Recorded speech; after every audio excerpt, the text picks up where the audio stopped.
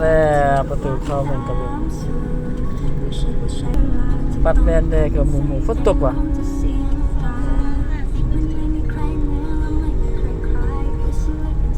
ไม่อยากเดินทางหรออย่าบอกฮอดเจออะไรอย่าพูดทางนั้นไม่อยากเวลา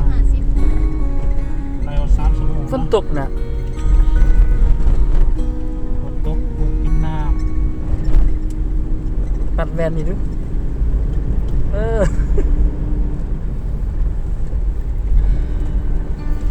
สบายดีกระเริมติมทะเลแล้ว3 ชั่วโมงไปเด้อเลขาคอยอะไรไฟฟ้าแล้ว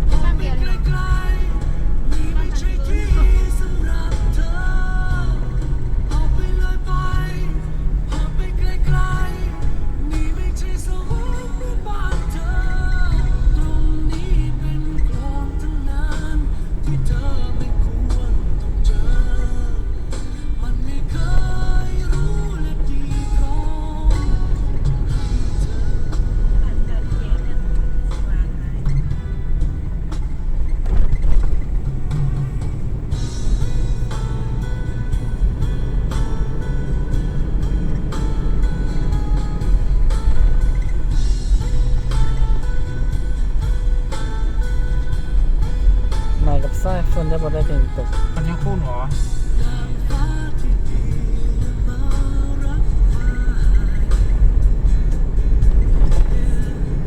ถูกเปิดมา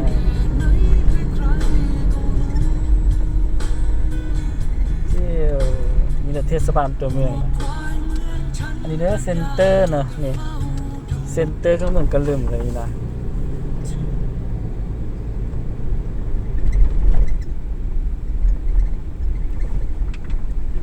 นี่ตลาด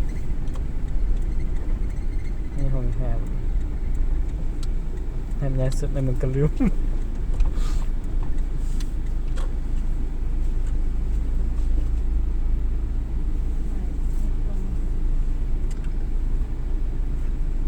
งานเพื่อนให้เถอะฮอ18 ปีวะฮอ18 ปีวะงามก็จะมาฮอดอายุ18 ปีเนาะฮอดปานนี้ค่อยบ่ฮอดบ่กัดทิ้งงาน